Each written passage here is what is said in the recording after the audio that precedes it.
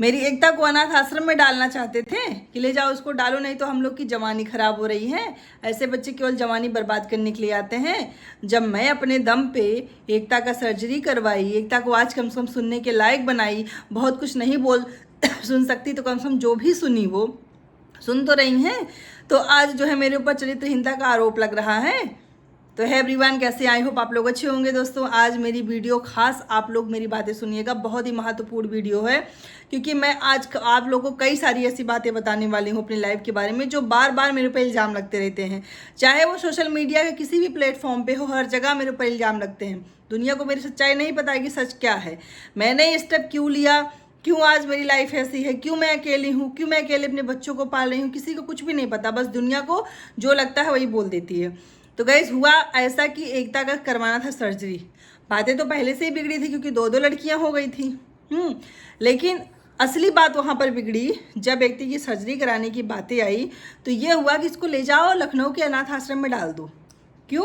क्योंकि ये ऐसे लोग जवानी खराब करने के लिए ऐसे बच्चे आते हैं, इनका कोई मतलब नहीं, तो पागल है, इसको पागल खाने में डालो।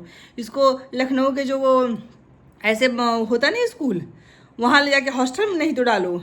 ये यहाँ साथ में रहने लायक नहीं है, ये पूरी जवानी बर्बाद कर रही है।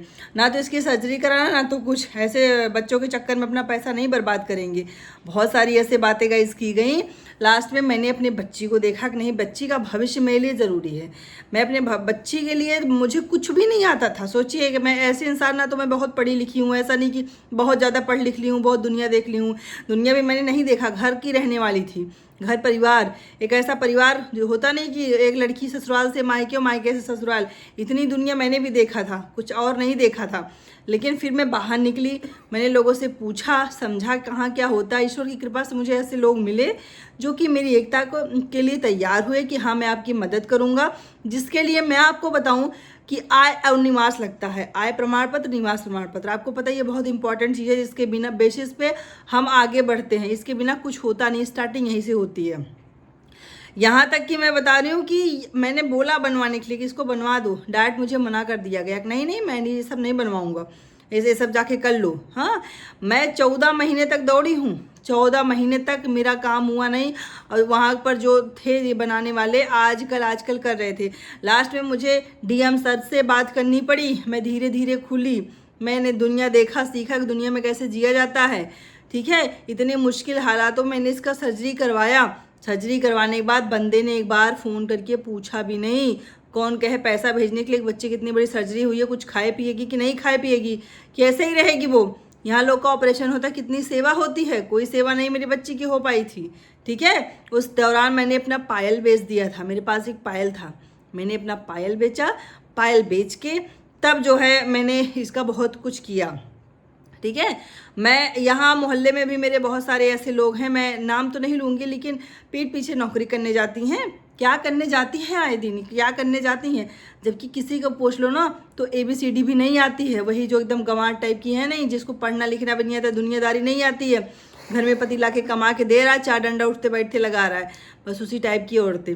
उन्हीं से आके हमसे, उन्हीं औरतों से बोला जा रहा है कि पढ़ी लिखी नहीं क्या करेंगी। हाँ, ऐसे वर्ड का मेरे लिए यूज़ किया गया कि वही करेंगी, पढ़ी लिखी तो है नहीं।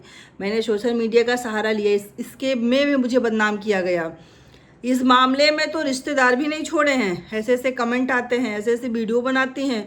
आप सब मेरी वीडियो देखते हैं, जो जानकार उनको अच्छे से पता है कि अश्लील वीडियो कोई भी प्लेटफॉर्म स्वीकार नहीं करता है।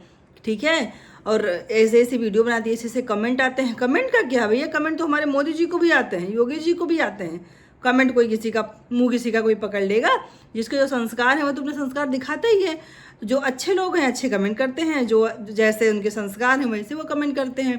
अब मैं उनके कमेंट के चक्कर में क्या करूँ, अपनी बच्चियों की ज़िंदगी ना देखूँ कि उनको क्या मैं खिलाऊँगी, कहाँ से रखूँगी, क्या करूँगी। तो आज भी मेरे साथ यही सब चीज़ें जारी हैं। बहुत सारे ऐसे आरोप लगाए जाते हैं, ये हुआ, यहाँ तक कि मेरे बारे में क्या फैलाया गया कि शादी कर लेगी, बच्ची को छोड़ के भाग जाएगी।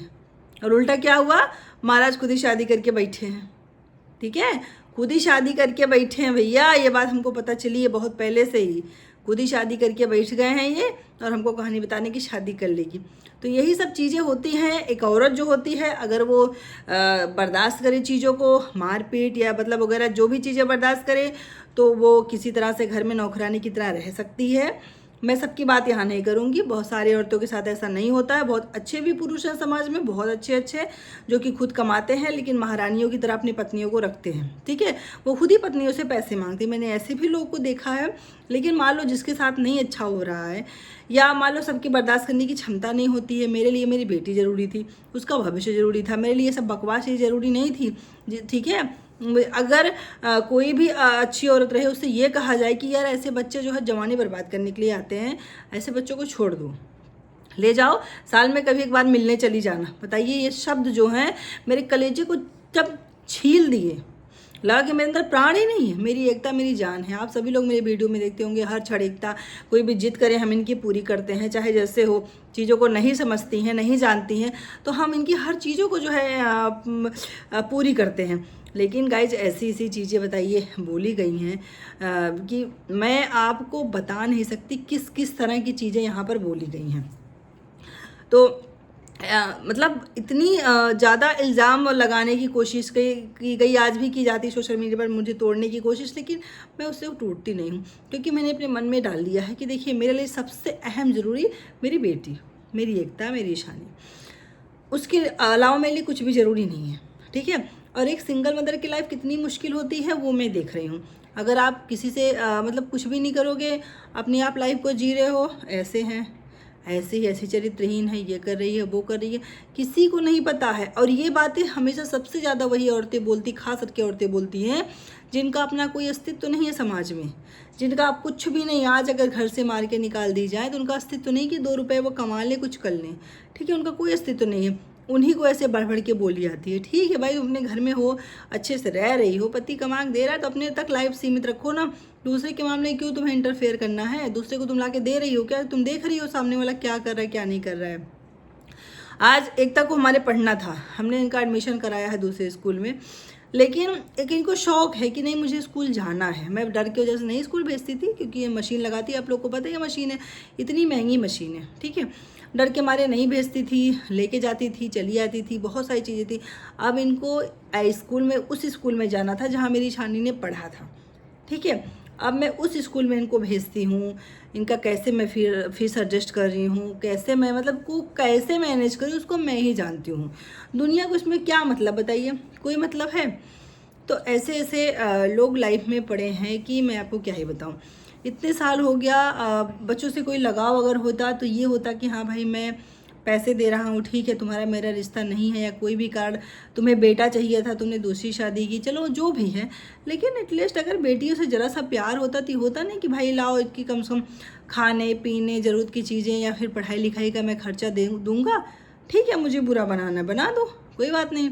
अब तुम शादी करके मस्त मज़े कर रहे हो, दूसरा कोई यहाँ पर इल्ज़ाम उसके ऊपर लगा रहे हो, क्योंकि हमारा समाज भी ऐसा है। समाज में औरतों की आपको पता ही है क्या स्थिति है, चाहे वो जैसी भी रहें, इल्ज़ाम लोग लगा ही देते हैं। लेकिन सबसे बढ़ चढ़ के जो हिस्सा लगाने वाली हैं 80% तो औरतें ही होती हैं, ये भी आप जान लो। 80% औरतें होती हैं, वही औरतें होती हैं जिनका अपना कोई समाज में इज्जत नहीं है, कोई कुछ भी नहीं है, घर में इज्जत नहीं है, इनको दूसरे घर में ताका झाकी करना है।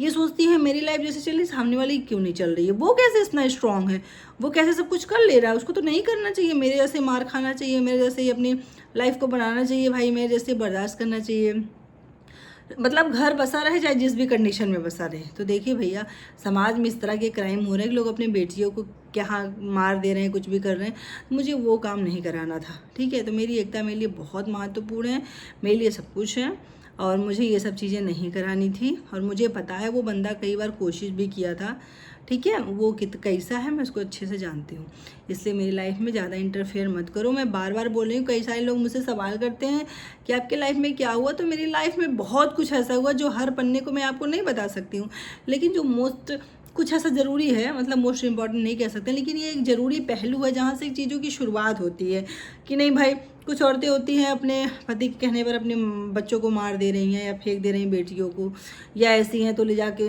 वहाँ हॉस्टल में डाल दे रही हैं, अनाथ आश्रम में डाल दे रही हैं।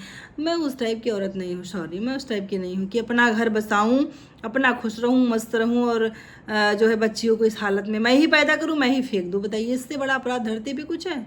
मुझे नहीं लगता कि इससे बड़ा अपराध धरती पर कुछ है। जिसको पैदा किया उसको ही छोड़ दिया अपने सुख में। जिसको ऐसा सुख लेना हो उसको ही मुबारक हो।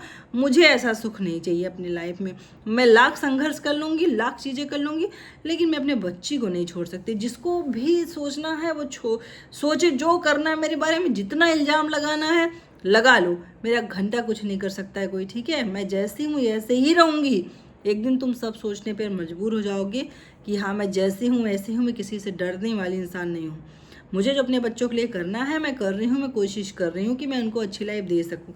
जैसे भी लाइफ दूंगी मैं इनके साथ रहूँगी, इन्हें नहीं छोड़ने वाली हूँ, ठीक है? तो दोस्तों, मेरी वीडियो जैसे भी लगे, पसंद आए तो ज़रूर लाइक से सब्सक्राइब करिएगा मेरी बच्चियों के लिए।